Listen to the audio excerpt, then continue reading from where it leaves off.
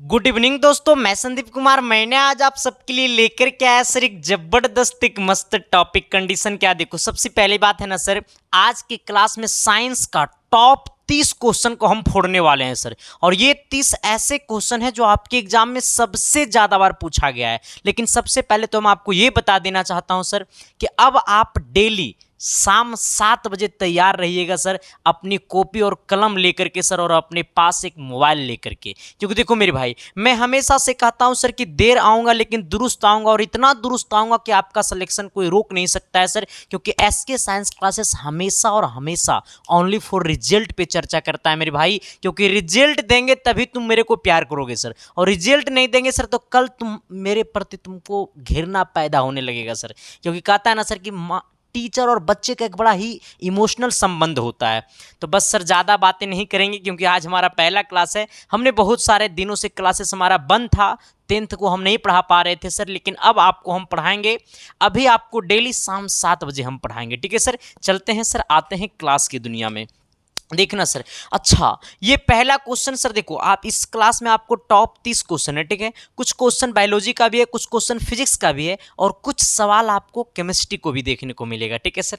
चलते हैं, आज की क्लास को कर देता हूं आगाज। लेकिन क्लास शुरू करने से पहले बस इतना ही कहना चाहूंगा कि अगर चैनल पे पहली बार आए हो ना, तो शिद्दत से, प्यार से, मोहब्बत से चैनल को सब्सक्राइब कर देना, और वो अपने हर दोस्तों तक शेयर कर देना जिनकी सपना है कि मुझे अपनी मम्मी पापा की फिक्र को फक्र में बदलना है, और एक टॉपर के लिस्ट में मेरा नाम आनी चाहिए सर। तो बस उनके तक फैला देना सर। आइएगा, कहता है काल्पनिक प्रतिबिंब होता है। देखो सर, यहां पे सोचना, प्रतिबिंब हमारा दो प्रकार का बनाता है, ठीक है। प्रतिबिंब कितने प्रकार का बनाता है? दो प्रकार का बनाता है। पहले ऐसे सोचना, प्रतिबिंब प्रतिबिंब जो होता है सर वो दो प्रकार का बनाता है, ठीक है। एक हमारा होता है वास्तविक प्रतिबिंब। अब ऐसे सोचना, प्रतिबिंब दो प्रकार का बनाता है, एक हमारा वास्तविक प्रतिबिंब, दूसरा हमारा क्या बनाता है मेरे भाई? काल्पनिक प्रतिबिंब, ठीक है। अब सोचिएगा, वास्तविक प्रतिबिंब होता है, एक हमारा काल्पनिक प्रतिबिंब होता है। वास्तविक प्रतिबिंब हमेशा उल्टा होता है। कैसा होता है? उल्टा होता है। और काल्पनिक प्रतिबिंब हमेशा क्या होता है मेरे भाई? सीधा होता है, ठीक है। काल्पनिक प्रतिबिंब का दूसरा नाम होता है आभासी। कौन सा प्रतिबिंब होता है? आभासी प्रतिबिंब, ठीक है। आ जाना, हमने क्या बोला है सर कि प्रतिबिंब हमारे दो प्रकार के होते हैं। पहला होता है वास्तविक प्रतिबिंब, दूसरा होता है काल्पनिक प्रतिबिंब। वास्तविक प्रतिबिंब हमेशा उल्टा रहता है, काल्पनिक प्रतिबिंब हमेशा क्या होता है? सीधा होता है, ठीक है सर। तो अब यहाँ पे टेंशन खत्म हो गया।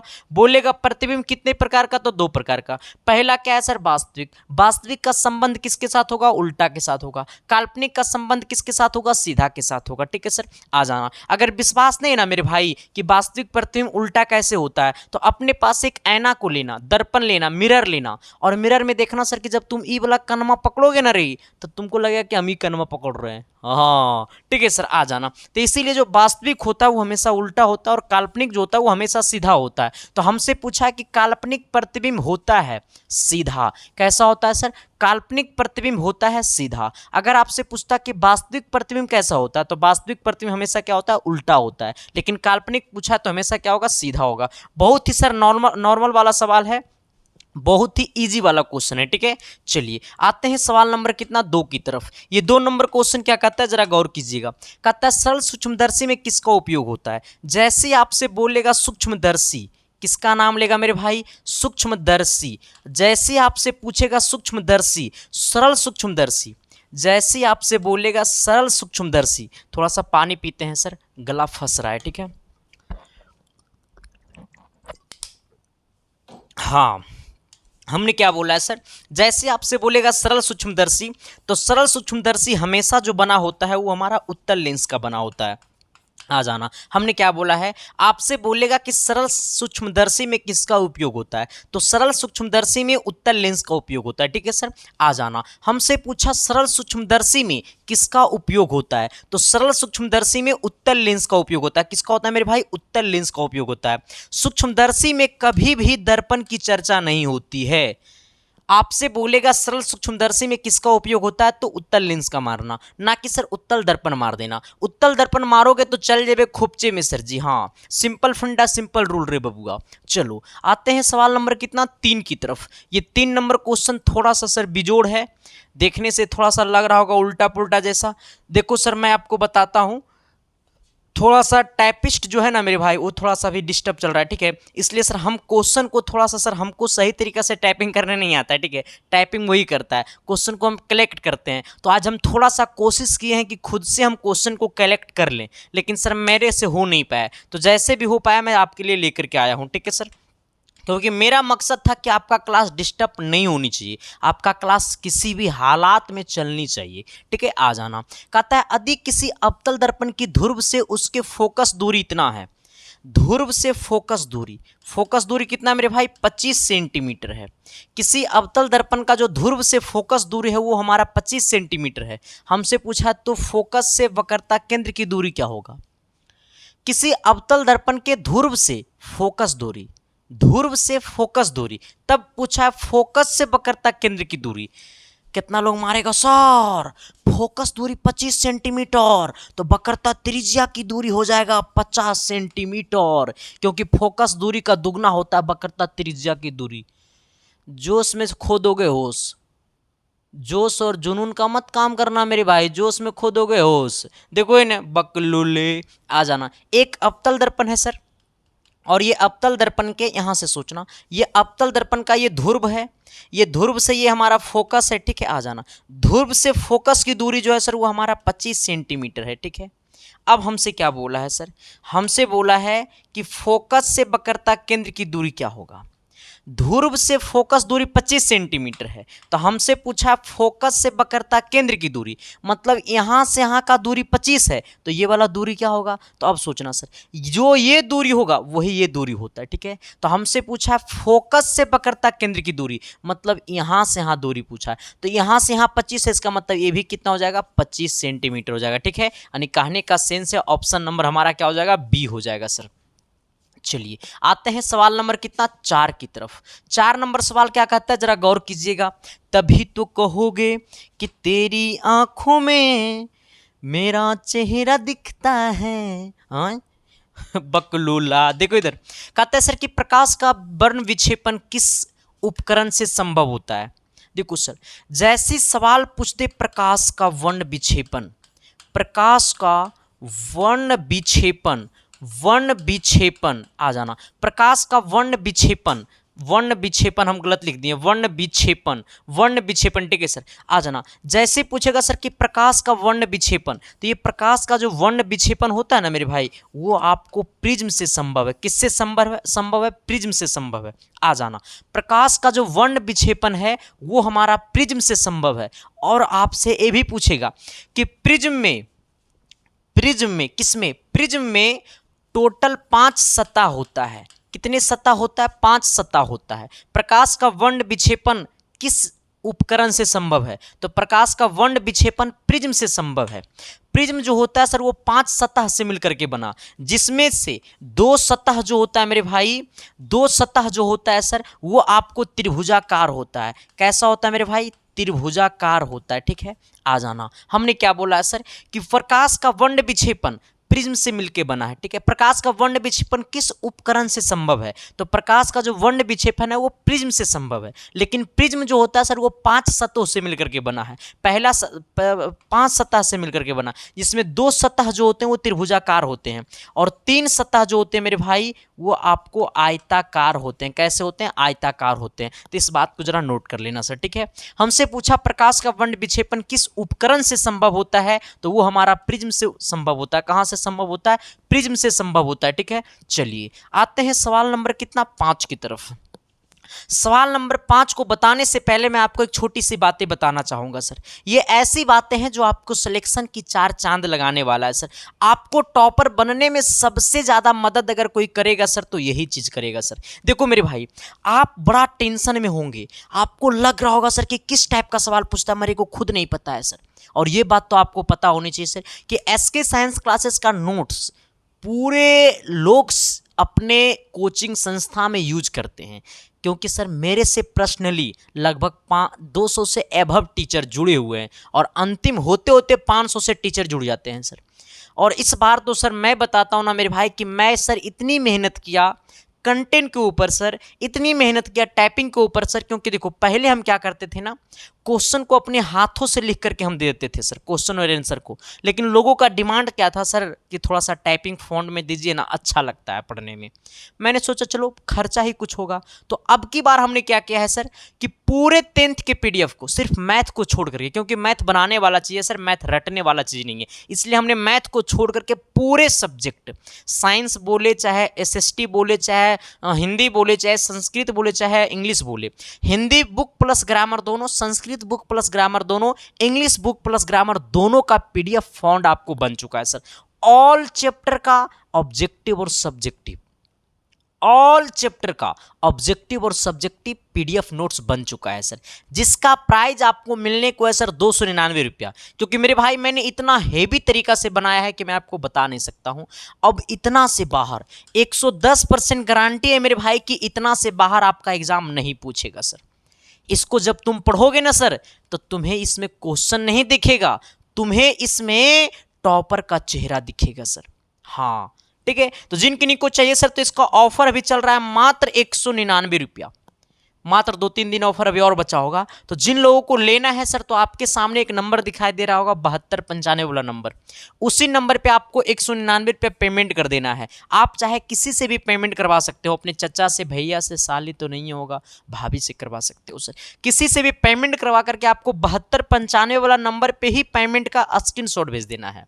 हाँ, 7295 वाला व्हाट्सअप नंबर पे पेमेंट का स्क्रीनशॉट भेज देना है और मैसेज में लिख देना है सर कि मुझे 10th का पीडीएफ चाहिए, आपको मिल जाएगा सर। ठीक है, और इसमें से अगर किसी एक सब्जेक्ट का अगर आपको पीडीएफ चाहिए तो आपको 99 रुपये लगेगा सर, आप ले सकते हैं। ठीक है, और अगर आपको सर पेमेंट होने में दिक्कत होगा तो इसी व्हाट्सअप नंबर के डीपी में स्कैनर लगा होगा, क्यूआर कोड लगा होगा, आप उस पर डायरेक्ट पेमेंट कर सकते हैं। ठीक है सर, और पेमेंट करके स्क्रीनशॉट भेज दीजिएगा, आपको मिल जाएगा। ठीक है, किसी प्रकार की कठिनाई और दिक्कत और कष्ट नहीं होगा, ये हमारा 110% गारंटी है मेरे भाई।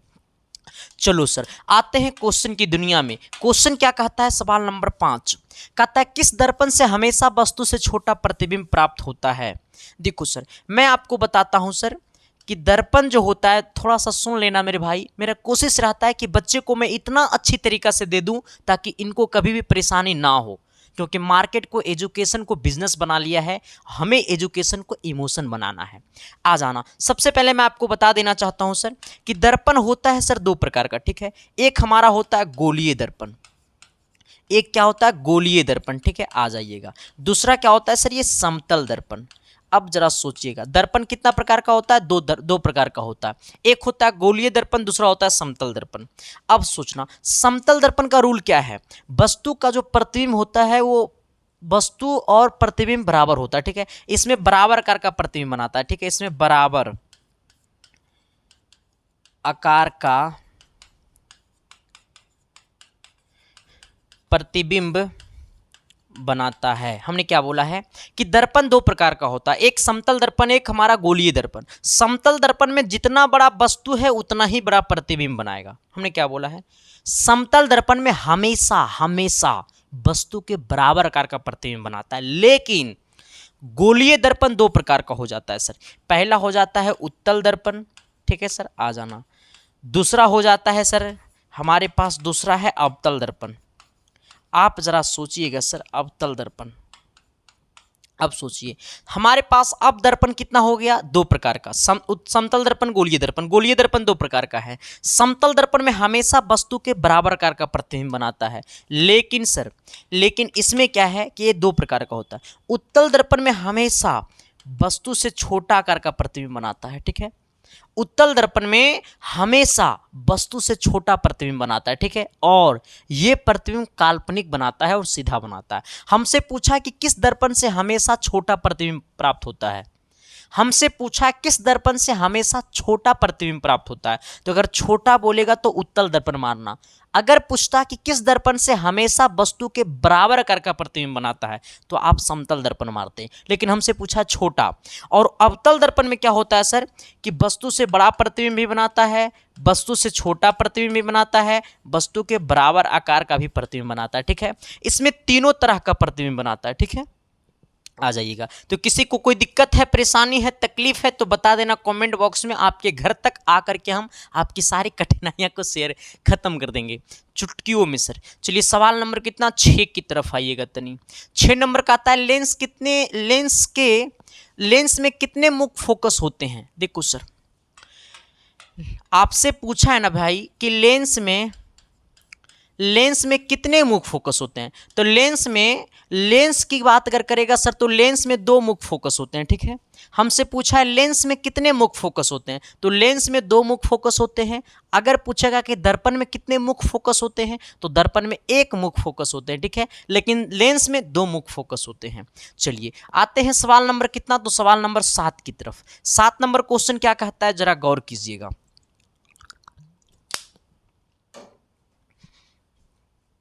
ना देखूं तो जीना भरे तेरे बिना।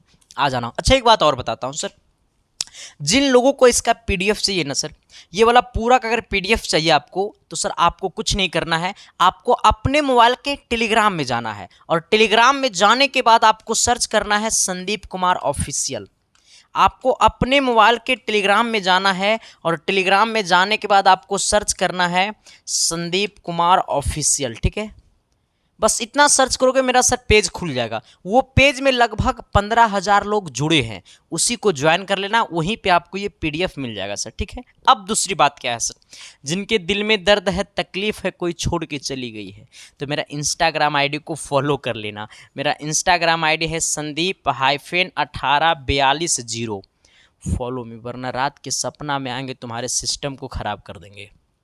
चलो आना सर, कहता है उत्तल दर्पण द्वारा बना प्रतिबिंब। देखो सर ऐसे समझना, हमसे पूछा उत्तल दर्पण द्वारा बना प्रतिबिंब, तो यहां से सोचना उत्तल दर्पण में हमेशा वस्तु से छोटा प्रतिबिंब बनाता है, और ये जो छोटा प्रतिबिंब बनाता है सर वो हमारा होता है काल्पनिक। कैसा होता है सर, ये काल्पनिक और सीधा होता है, ठीक है। आ जाना, काल्पनिक और क्या होता है सर, सीधा होता है, ठीक है। हमने क्या बोला है कि उत्तल दर्पण द्वारा बना प्रतिबिंब, तो उत्तल दर्पण द्वारा बना प्रतिबिंब हमारा छोटा होता है और काल्पनिक और सीधा होता है। हमें क्या होता है, काल्पनिक और सीधा होता है, मतलब आभासी और क्या होता है, सीधा होता है, ठीक है।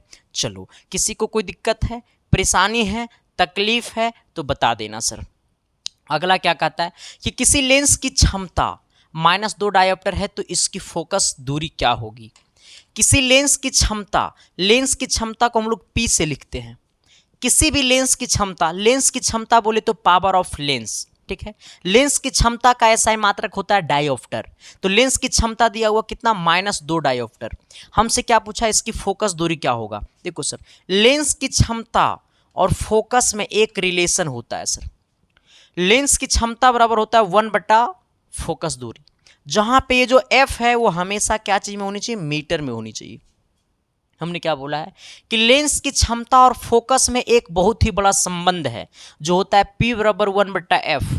f हमेशा मीटर में होता है। P का मान कितना है, -2 है, तो P की जगह -2 कर दो ना डायरेक्ट। अच्छा -2 करो, बराबर कितना हो जाएगा, 1/f। ये f यहाँ जाएगा तो 2 यहाँ आएगा, तो f बराबर क्या हो जाएगा, 1/-2। सही बोलत है ना रे, आ जाना। यानी 1/2 मीटर, ये क्या हो गया, 1/2 मीटर। f का मान हो गया 1/2 मीटर, यानी इसी को लिख सकते हैं -0.5 मीटर। कोई दिक्कत नहीं ना सर, लेकिन समस्या तो ये है ना सर, हाँ मिल गया -0.5 मीटर, ऑप्शन नंबर डी हो गया। लेकिन अगर मीटर में ना होता, अगर सेंटीमीटर में आंसर होता, तो सर इसको तुरंत 100 से गुना कर देते, सेंटीमीटर में आ जाता है आंसर। चलिए अगला क्वेश्चन की तरफ बढ़ते हैं सर। अगला क्या कहत है सर जी, जरा गौर करते हैं। कहता है सर कि उत्तल लेंस की फोकस दूरी हमेशा कैसी होती है। देखो सर यहां समझना, उत्तल लेंस की क्षमता पॉजिटिव होता है एवं फोकस भी पॉजिटिव होता है। हमने क्या बोला है, उत्तल लेंस की क्षमता पॉजिटिव होता है एवं फोकस भी क्या होवत है, पॉजिटिव होवत है। यानी कहने का सेंस है कि उत्तल लेंस की जो क्षमता होता है सर वो हमारा धनात्मक होता है, और उत्तल लेंस का फोकस भी क्या होता है, धनात्मक होता है। हमसे पूछा है किसी उत्तल लेंस की फोकस दूरी हमेशा कैसा होता है? किसी उत्तल लेंस की फोकस दूरी जो होता है सर, वो हमारा फोकस हमेशा क्या होता है? धनात्मक होता है। लेंस की क्षमता भी क्या होता है? धनात्मक होता है। आपसे पूछेगा कि उत्तल लेंस में लेंस की क्षमता क्या होता है, तो उत्तल लेंस में लेंस की जो क्षमता होती है सर, वो हमारा धनात्मक होती है और फोकस भी धनात्मक होती है। अगर पूछ दिया अब उत्तल लेंस में क्या होवत है, अरे बबुआ, अवतल लेंस का पता है सर? अवतल लेंस का फोकस निगेटिव होता है। आ जाना, इसमें पावर ऑफ लेंस, लेंस की क्षमता भी क्या होता है? निगेटिव होता है। हमने क्या बोला है कि अवतल लेंस में फोकस नेगेटिव होता है, लेंस की क्षमता भी नेगेटिव होता है। उत्तल लेंस में लेंस की क्षमता भी पॉजिटिव होता है और फोकस भी पॉजिटिव होता है। ठीक है, यहाँ तक में किसी को प्रॉब्लम, जिनको प्रॉब्लम है सर तो सपना में आना, मैं ठीक कर दूंगा। चलो सर, कहता है किसी उत्तल लेंस की फोकस दूरी हमेशा होती है कैसा? तो उत्तल लेंस की फोकस दूरी हमेशा धनात्मक होती है और लेंस की क्षमता भी धनात्मक होती है। ठीक है सर, यानी हमेशा धनात्मक, ऑप्शन नंबर ए हो जाएगा। आइएगा सवाल नंबर कितना? 10 की तरफ। ये 10 नंबर सवाल का कहत है जी, तनी गौर करत ही। हाँ, सवाल बड़ा हैवी है सर, और कोशिश ये करना सर कि सवाल को ज़्यादा से ज़्यादा पढ़े और हैवी से हैवी तरीका से हम लोग क्या करें, सवाल को लेकर के आगे बढ़े सर। ठीक है, चलिए आते हैं अगला क्वेश्चन की तरफ। अगला क्वेश्चन क्या कहता है कि किसी अंतरिक्ष यात्री को आकाश कैसा प्रतीत होता है? अगर कोई यात्री अंतरिक्ष को आकाश से देखता है, अंतरिक्ष से आकाश को देखता है, अगर कोई यात्री अंतरिक्ष से आकाश को देखता है तो कैसा प्रतीत होता है? तो काला प्रतीत होता है। अंतरिक्ष से आकाश को देखेगा, अंतरिक्ष से आकाश को देखेगा तो काला प्रतीत होता है। ठीक है सर, किसी को दिक्कत, परेशानी, तकलीफ है तो बता देना। आना, क्या कहता है सर कि टिंडल प्रभाव प्रकाश की कौन सी परिघटना को प्रदर्शित करता है? टिंडल प्रभाव, देखो सर यहां से सोचना, टिंडल प्रभाव, कौन सी प्रभाव मेरे भाई? टिंडल प्रभाव। कहता है टिंडल प्रभाव आकाश की कौन सी परिघटना को प्रदर्शित करता है? सवाल बड़ा हेवी है सर। समस्या यहां है सर कि ये सवाल सब कोई समझ नहीं पाया। ठीक है, हमसे पूछा है टिंडल प्रभाव प्रकाश की कौन सी परिघटना को प्रदर्शित करता है। जैसे ही बोलेगा टिंडल प्रभाव ना सर, तो टिंडल प्रभाव जो है सर वो हमारा प्रकाश का परिकिरणन को प्रदर्शित करता है। किसको? प्रकाश की परिकिरणन। किसको मेरे भाई? परिकिरणन को। ठीक है, आ जाना, हमने क्या बोला है कि टिंडल प्रभाव प्रकाश की कौन सी परिघटना को प्रदर्शित करता है? तो टिंडल प्रभाव प्रकाश की कौन सी परिघटना को प्रदर्शित करता है? तो आकाश का परिकिरणन को। किसको? प्रकाश का परिकिरणन को। ठीक है, चलो आते हैं सवाल नंबर कितना? 12। अब मत जाना घारा। चलो, कहता है सर कि किस वर्ण का तरंगदैर्घ्य सबसे अधिक होता है? अब देखो सर, ये प्रिज्म है, जरा सोच लेना, ये हमारा श्वेत प्रकाश है। कौन प्रकाश है सर? ये हमारा श्वेत प्रकाश है। ठीक है, अब आइएगा तनी, ये प्रिज्म में सबसे ऊपर में लाल होता है सर, सबसे नीचे में बैगनी होता है। आ जाना, सबसे ऊपर में लाल होता है। हमसे पूछा है सर कि तरंगदैर्घ्य सबसे बड़ा, देखो सर, विचलित कम तरंगदैर्घ्य बड़ा। आ जाना, विचलित कम तरंगदैर्घ्य बड़ा, यानी कहने का सेंस है सर कि इसमें सबसे कम विचलित कौन कर रहा है? तो लाल कर रहा है। इसका मतलब लाल रंग का तरंगदैर्घ्य सबसे ज्यादा होगा। हमने क्या बोला है? विचलित कम तरंगदैर्घ्य ज्यादा। जो कलर सबसे कम विचलित करता है उसका तरंगदैर्घ्य सबसे ज्यादा होता है। प्रकाश के प्रिज्म में देखो, इसे हम लोग कहते हैं प्रिज्म, तो प्रिज्म में सबसे कम विचलित करने वाला कलर कौन सा है? लाल। सबसे अधिक विचलित कौन करता है? तो बैगनी। तो इसका तरंगदैर्घ्य क्या होगा? सबसे कम। सबसे कम अगर तरंगदैर्घ्य किसी का है तो वो बैगनी का है, लेकिन सबसे ज्यादा तरंगदैर्घ्य अगर किसी का है तो वो लाल रंग का है। क्यों? क्योंकि लाल रंग सबसे कम विचलित करता है और बैगनी देखो पूरे विचलित कर गया। ठीक है, 1 2 3 4 5 6 7, हाँ देखा, बिना हम गिनले इसको 7 को बना दिए। आइएगा सवाल नंबर 13 की तरफ सर। हो सकता है 13 नंबर सवाल में तनी मनी हो जाए फेरा। तो कष्ट मत करना सर, आइएगा सर जी, तनी गौर कीजिएगा। कहता है ना मास्टर जी कि आए भाई, इस सवाल है कि अब हम कल से टाइपिंग नहीं करेंगे सर। हमसे पूछा विभवांतर का मात्रक क्या होता है सर। देखो, ना देखूं तो विभवांतर का ऐसा मात्रक पता है क्या होता है? वोल्ट होता है सर, ठीक है, आ जाना। विभवांतर का ऐसा मात्रक क्या होता है? वोल्ट होता है। ओम किसका मात्रक होता है? तो ये ओम जो है ना सर, वो हमारा प्रतिरोध का ऐसा मात्रक होता है, ठीक है। ये एम्पियर किसका ऐसा मात्रक होता है? तो ये धारा का ऐसा मात्रक होता है। ये वाट किसका ऐसा मात्रक होता है? तो ये हमारा शक्ति का ऐसा मात्रक होता है, ठीक है। विद्युत शक्ति का ऐसा मात्रक वाट होता है, धारा का ऐसा मात्रक एम्पियर होता है, प्रतिरोध का ऐसा मात्रक ओम होता है। ये वोल्ट किसका ऐसा मात्रक है? तो ये विभवांतर का ऐसा मात्रक है, ठीक है सर। चलो आते हैं सवाल नंबर 14 की तरफ। ये 14 नंबर सवाल का कहते हैं जी, सवाल तो बड़ा हेवी है।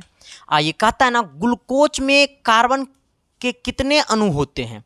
सबसे पहले ये सोचो सर, ग्लूकोज, ग्लूकोज का सूत्र क्या होता है सर? ग्लूकोज का सूत्र क्या होता है? तो ग्लूकोज का सूत्र होता है C6H12O6। ग्लूकोज का ये सूत्र होता है सर। हमसे पूछा कार्बन के कितने अणु होते हैं। अब सोचो सर, ग्लूकोज के सूत्र ये होता है, इसमें पूछा है कार्बन के कितने अणु होते हैं। तो कार्बन ये वाला है, तो कार्बन के कितने अणु होते हैं? तो कार्बन में 6 अणु होते हैं। आपसे पूछता कि ऑक्सीजन के कितने अणु होते हैं? तो ऑक्सीजन के भी 6 अणु होते हैं। आपसे पूछता कि ग्लूकोज में हाइड्रोजन में कितने अणु होते हैं? तो 12 होते हैं। लेकिन हमसे पूछा है कार्बन का, तो कार्बन कितना हो जाएगा सर? 6 हो जाएगा। अगला सवाल की तरफ आना सर। देखो भाई, आज मैं बड़ा सीरियस मूड में आया हूँ। हाँ, हम पहले सोच समझ के आए हैं ना कि जब तक आज पूरे सवाल को फोड़ेंगे नहीं तब तक संदीप कुमार यहाँ से जाने वाला नहीं है सर। चलो आते हैं सवाल नंबर कितना सर? 15 की तरफ। ये 15 नंबर सवाल क्या कहता है जी? कहता है एसिटिक अम्ल का आईपीएसी नेम क्या होगा? भाई एसिटिक अम्ल, एसिटिक अम्ल का सूत्र क्या होता है? अच्छा, एसिटिक अम्ल का दूसरा नाम पता है क्या होता है सर? एसिटिक अम्ल का दूसरा नाम होता है सिरका। एसिटिक अम्ल का दूसरा नाम क्या होता है सर? सिरका होता है। हमने क्या बोला है? एसिटिक अम्ल का दूसरा नाम होता है सिरका। और एसिटिक अम्ल का जो सूत्र होता है, एसिटिक अम्ल का जो सूत्र होता है वो होता है CH3COOH। एसिटिक अम्ल का दूसरा नाम होता है सिरका, इसका सूत्र होता है CH3COOH। हमसे पूछा आईपीएसी नेम, आ जाना सर। आईपीएसी नेम कैसे निकलेगा? आईपीएसी नेम निकालेंगे सबसे पहले इसका संरचना लिखो। देखो, एक कार्बन, यहाँ पे 2, 3 हाइड्रोजन, तो एक हाइड्रोजन इधर, एक हाइड्रोजन इधर, एक हाइड्रोजन इधर। अब सोचो सर, इसमें क्या लगा हुआ है? COOH। अब सोचना सर, ये किसको बताता है? ये नोइक को बताता है, ठीक है सर, आ जाना। अब देखो इसमें कितने कार्बन है? तो एक कार्बन और 2 कार्बन। एक कार्बन में मेथ होता है और 2 कार्बन में क्या होता है? एथ होता है। एक कार्बन में मेथ होता है और 2 कार्बन में क्या होता है? एथ होता है। इसका मतलब है सर कि हमारा COOH को बताता है। इसका मतलब एक में मेथ और 2 में एथ। तो है कितना कार्बन? 2 कार्बन। इसका मतलब हो जाएगा सर एथेनोइक अम्ल। कौन सा अम्ल हो जाएगा सर? एथेनोइक अम्ल। अब कहिएगा सर कि मेथेनोइक अम्ल क्यों नहीं होगा? क्योंकि यहाँ पे एक कार्बन और 2 कार्बन है। कितने कार्बन है? 2 कार्बन है। एक कार्बन होता तब होता मेथेनोइक, लेकिन है 2 कार्बन तो एथेनोइक होगा। तो ये वाला नहीं होगा सर। प्रोपेनोन नहीं होगा। प्रोपेनोन तो ऐसे भी नहीं होगा, इसलिए नहीं होगा सर क्योंकि इसमें 3 कार्बन की जरूरत है। एक में मेथ, 2 में एथ, 3 में प्रोप होता है सर। तो ये भी नहीं होगा। यहाँ पे 2 गो है, इनमें से तो किसको काटिए दे सर। तो हमसे पूछा एसिटिक अम्ल का आईपीएसी नेम क्या होगा? तो एथेनोइक अम्ल होगा। एसिटिक अम्ल का आईपीएसी नेम क्या होगा सर? एथेनोइक अम्ल होगा, जिसके एसिटिक अम्ल का दूसरा नाम होता है सिरका, जिसका सूत्र होता है CH3COOH। चलो, किसी को परेशानी, तकलीफ? एगो कारा सर हमरा तो छोड़िए चल गई। जिंदगी है जनाब, कष्ट तो होगी ना सर, तकलीफ तो होगा ना सर। मैं आपको बताता हूँ ना मेरे भाई, मैं सर जिंदगी में बहुत कुछ नहीं देखा। मैं सर, हम आपको एक बातें बताते हैं, छोटी सी बातें।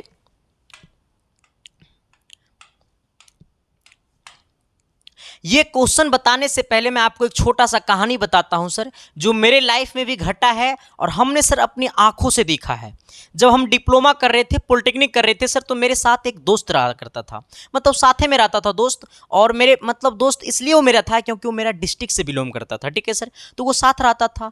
फिर क्या हुआ ना सर, कंडीशन ऐसा आ गया था लोगों मतलब हम सबके बीच कि जब हम 2 सेमेस्टर पास किए ना सर, तो तीसरा सेमेस्टर में मतलब हमारा कंडीशन तो चल रहा था किसी भी तरह से, लेकिन हमारा दोस्त का हालात इतना ख़राब हो गया था सर कि वो मतलब पढ़ाई को छोड़ने पे मजबूर, क्या मतलब सुसाइड करने पे वो आ गया था। फिर जब कोई साथ रहता है तो दो चार 5 दिन साथ रहता है, जो फैमिली में पता चल जाता है कि वो बंदा इसके साथ घूमता है। वो तो मेरा साथ 3 से 4-5 महीना, मतलब 7 8 9 10 एक आध साल लगभग बिताया सर। जब 2 सेमेस्टर 6 महीना पे एक सेमेस्टर होता है, जब तीसरा सेमेस्टर में वो इन किया ना, तो वो सुसाइड करने पे आ गया। कारण पता है क्या था? कारण पता है क्या था सर? उसकी गर्लफ्रेंड। इसलिए कहता है सर कि इंसान को आवश्यकता से पहले कोई चीज को यूज नहीं करनी चाहिए, और जब आवश्यकता से पहले यूज कर लीजिएगा सर, तो इसका परिणाम बहुत बुरा होता है। आपको पता है सर, उस टाइम क्या, मतलब 2018 की बात है सर। 2018 में मतलब हमारे घर से पैसा आया करता था मात्र 22 से 2500 रुपया, इतने में हम लोग सलट लेते थे और अच्छे से पढ़ भी लेते थे। और उतना ही में सर वो मेरा दोस्त का तो और हालात ख़राब था, इतना ज़्यादा हालात ख़राब था सर कि मेरे को तो सब इस चीज़ को मैं सोचता हूँ सर, तो अभी भी आँख में आंसू आ जाता है। तो सर एक हवस एक ऐसा चीज़ होता है ना, जो इंसान को किसी और आकर्षित कर लेता है। प्यार नहीं होता है सर, एक अट्रैक्शन होता है सर। क्योंकि सर देखो, प्यार दिल से किया जाता है और अट्रैक्शन दिमाग लगा करके किया जाता है सर। क्योंकि इसके दिमाग में तो था सर कि यूज करना है और उसे यूज करके बर्बाद कर देना है। और लड़का जो होता है सर, ये बड़ा इमोशनली होता है, ये किसी से भी डायरेक्ट टू डायरेक्ट अटैच हो जाता है। तो सर उस टाइम मतलब हम क्या सबको इसको समझाया था, लेकिन प्यार का भूत दोस्त से कहाँ मानेगा, वो तो उसी से मानेगा। जब वो लड़का सुसाइड करने पे आया ना सर, तो मतलब हम क्या, मतलब सिर्फ वो मेरे को बोला था कि भाई मेरे साथ ऐसा ऐसा कंडीशन, हम सुसाइड करेंगे। हमने उसको बोला तुम सुसाइड करेगा? बोला हाँ। मेरे को लगा अब हम उसको क्या कर सकते हैं। मेरे पास उसकी फैमिली का नंबर भी नहीं था, क्योंकि मेरे पास उस टाइम खुद फ़ोन नहीं रहा करता था अच्छा वाला क्वालिटी वाला। अरे एक छोटा वाला फ़ोन आता था ना, सैमसंग का, वो था। तो नहीं किसी का नंबर सेव करते थे, घर से फ़ोन, मेरा घर से फ़ोन आता था, बाकी फ़ोन ऐसे ही रखा रहता था। वो बोला सर मेरे को ऐसा ऐसा कंडीशन है, मैं ये काम हम करेंगे तो मेरे घर में बोल देना। मैं बोला अरे भाई मैं बोलूँगा मैं फंस जाऊँगा। फिर मैंने सर क्या कहा, मैंने क्या सोचा, मैंने उसको अपने साथ लिया। पॉकेट में मेरे पास 2-4-500 रुपया था, मैंने उस पैसे को लिया और उसे हम घुमाने के लिए चले गए मार्केट। वहाँ पे एक भट्ठा बाजार है पूर्णिया में, जो लोग रहते होंगे, मेरे पूर्णिया से पॉलिटेक्निक फाइनल है, जो लोग पूर्णिया में रहते होंगे उनको पता है एक भट्ठा बाजार है। तो मैंने सर उधर ही निकल गया पॉलिटेक्निक चौक से, हम सुभाष नगर में रहा करते थे। निकला भाई, तो मतलब उसको पहले मैंने खूब खिलाया पिलाया, अच्छा से खिलाया पिलाया। भर रास्ता तो हम बोले गए तुम तो आज नहीं रहोगे आज के बाद, तो चलो खा लो। तो बोला हाँ भाई, खूब खिलाए खूब खिलाए। खिलाते समय उसे हमने एक ही बात बोला कि तुम जो दिमाग यूज कर रहे हो ये किसका दिया हुआ है? तो बोला माता पिता का। हमने बोला जो तुम संस्कार चला रहे हो, तुम जिस संस्कार से तुम पले बड़े हो, ये किसका दिया हुआ? तो बोला माता पिता का। हमने बोला तुम्हारे घर का कैसा है कंडीशन? तो बोला मेरा घर बना हुआ नहीं है, मेरा घर ऐसे मतलब मिट्टी का है। हमने बोला है कि तुम्हारा घर मिट्टी का है, तुम्हारे घर मिट्टी का है, तुम्हारे मम्मी पापा पे सर पे एक अच्छा कपड़ा नहीं रहता है, और तुम्हें एक अच्छा सा जीन्स और अच्छा सा शर्ट पहना करके तुम्हें पूर्णिया जैसा शहर में पढ़ने के लिए भेजा है कि मेरा बेटा इंजीनियर बनेगा। वो बोला हाँ ये तो बिल्कुल कॉमन सी बात है। तो हमने बोला कि इस मम्मी पापा की जो आँख में आंसू है ना, जो पहले तुम पैसा लिए हो ना कर्ज के रूप में मम्मी पापा से, पहले तुम उसे चुका दो तब मरना, वरना ऊपर में भी तुमको जगह नहीं मिलेगा। वो बोला ये तो सही बात है, पहले तो चुकाना पड़ेगा। क्योंकि तुम्हारे वजह से वो घर झोपड़ी वाला भी है, महल में नहीं बदला। क्यों? क्योंकि उनका सपना है कि मेरा बेटा जब सक्सेस कर जाएगा, अच्छा कर जाएगा, तो ये खुद झोपड़ी वाला घर महल में बदल जाएगा। तो हम बोले उसको पहले तुम महल में बदल दो इस घर को, तब फिर तुम सुसाइड कर लेना, मेरे को फिर कोई फर्क नहीं पड़ेगा सर। लेकिन तुम जब ऐसे करोगे इस हालात में ना, तो तुम्हारे वजह से तुम्हारे मम्मी पापा मर जाएंगे। तो बोला कॉमन सी बात है। फिर मैंने उसको समझाया, फिर मैंने दो चार को झलक उलक दिखाया। तनी मार्केट में तो हमेशा चलते रहता झलक उलक देखा। सर मैंने उस दिन बहुत इमोशनली हो गया था। क्या मैं बताऊं सर, ज़िंदगी में ऐसे दोस्त बहुत कम मिलते हैं। और आज शायद अब तो बातें कम होता है दोस्त लोग से, और आज अच्छा कोई मतलब प्राइवेट कंपनी में जॉब कर रहा है और 36-35 हज़ार रुपया उठा भी रहा है पर मंथ। अब कोई कोई फ़ोन करता है तो उसको याद दिलाते हैं तो बोलता है सब मोह माया है। ठीक है, तो तुम लोग का भी एज अभी कम है सर, कुछ दिन के बाद तुम लोग भी उस चीज़ों में ढल जाओगे। ठीक है, चलो आते हैं सर तनी हम लोग अपनी दुनिया में। कहता है सर क्या कि एल्कोहल का क्रियात्मक समूह क्या है, यानी कहने का सेंस है कि एल्कोहल को हम लोग कैसे इंडिकेट करते हैं, किस चीज़ से हम लोग एल्कोहल को इंडिकेट करते हैं। सर हमसे ये पूछा। ठीक है, तो एल्कोहल का क्रियात्मक समूह होता है OH। क्या होता है मेरे भाई?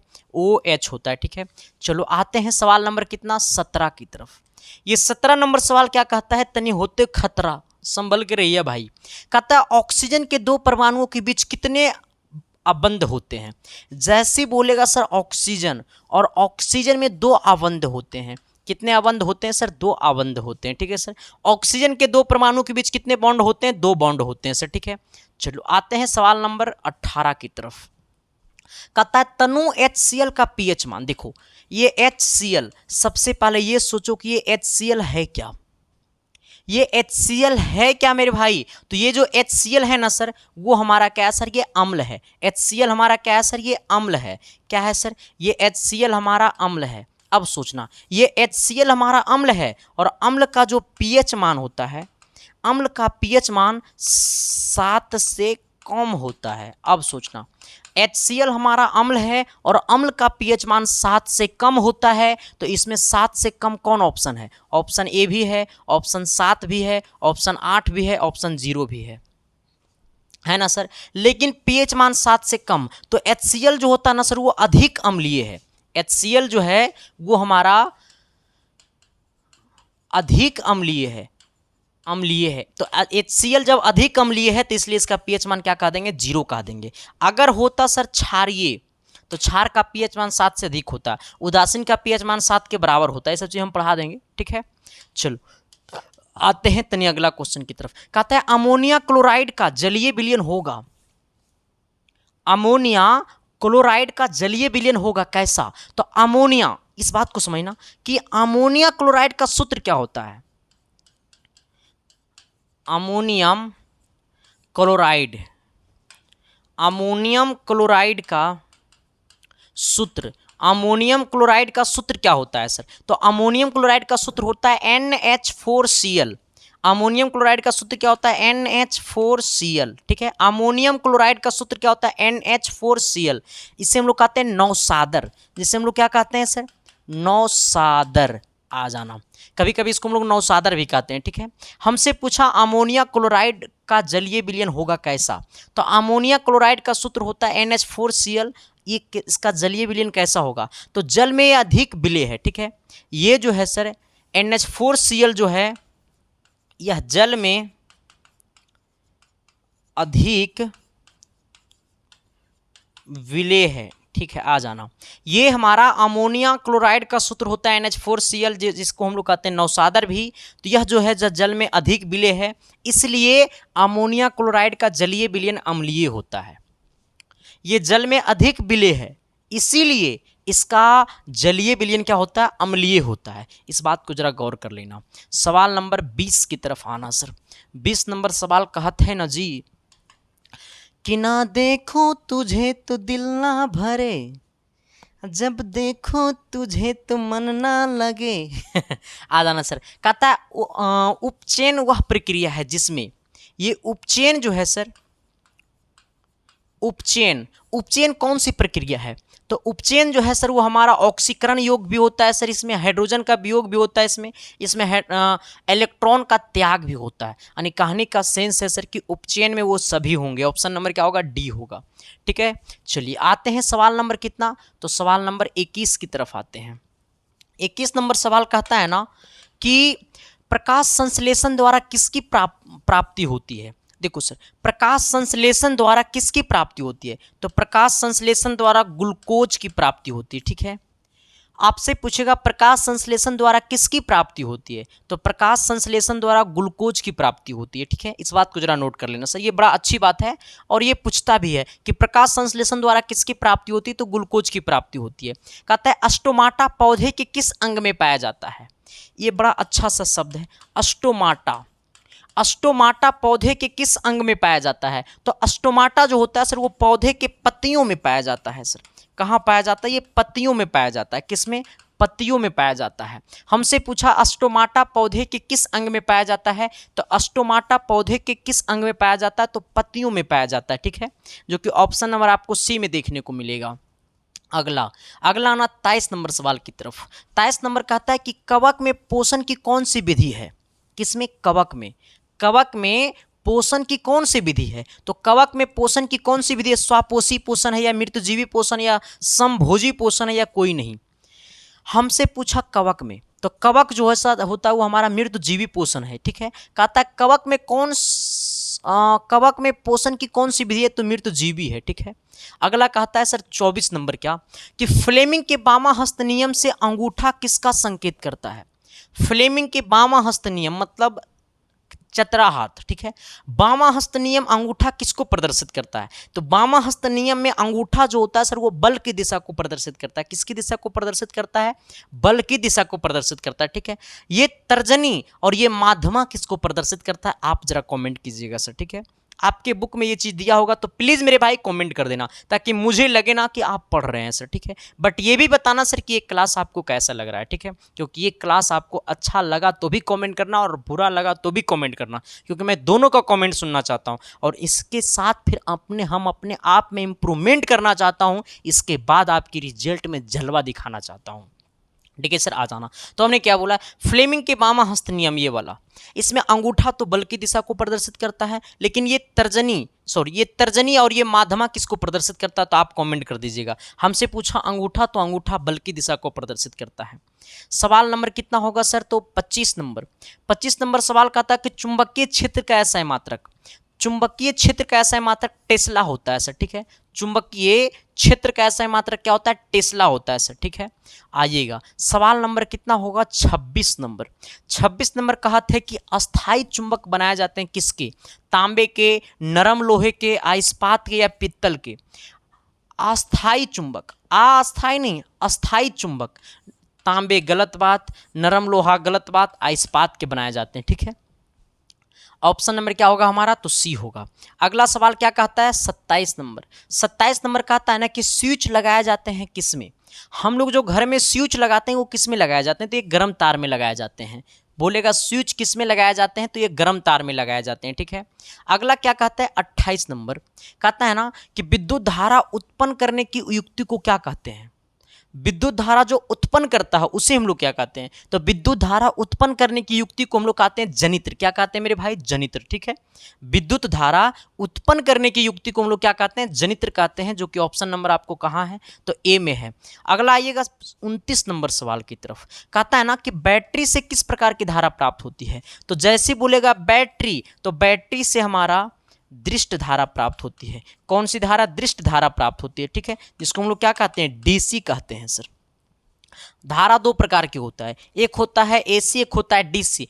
एसी बोले तो अल्टरनेटिंग करंट मतलब प्रत्यावर्ती धारा, और डीसी बोले तो डायरेक्ट करंट मतलब दृष्ट धारा। अगला कहता है डायनमो आंतरिक ऊर्जा को किस ऊर्जा में परिणत कर देता है? डायनमो का काम है कि आंतरिक ऊर्जा को विद्युत ऊर्जा में बदल देना। ठीक है, डायनमो का क्या काम है? आंतरिक ऊर्जा को विद्युत ऊर्जा में बदल देना। ठीक है, ऑप्शन नंबर हमारा बी हो जाएगा। आप जरा बताना सर कि ये क्लास आपको कैसा लगा। सच में ये क्लास आपको अच्छा लगा मेरे भाई तो अपने हर दोस्तों तक शेयर कर देना, अपने हर व्हाट्सएप के स्टोरी में लगा देना सर, ताकि ये क्लास हर घर तक पहुंच पाए। और आपका काम है कि शिक्षा को हर घर तक पहुंचाना है और मेरा काम है कि शिद्दत और प्यार और मोहब्बत से पढ़ाना है। ठीक है, बाकी क्लास कैसा लगा कमेंट बॉक्स में कमेंट कर देना सर। बाकी हम आपके साथ हमेशा खड़ा रहेंगे। फिर मिलते हैं कल की क्लास में 7 बजे शाम को आपके वेलकम करने के लिए मैं हमेशा तैनात रहूँगा। बाकी थैंक यू, लव यू।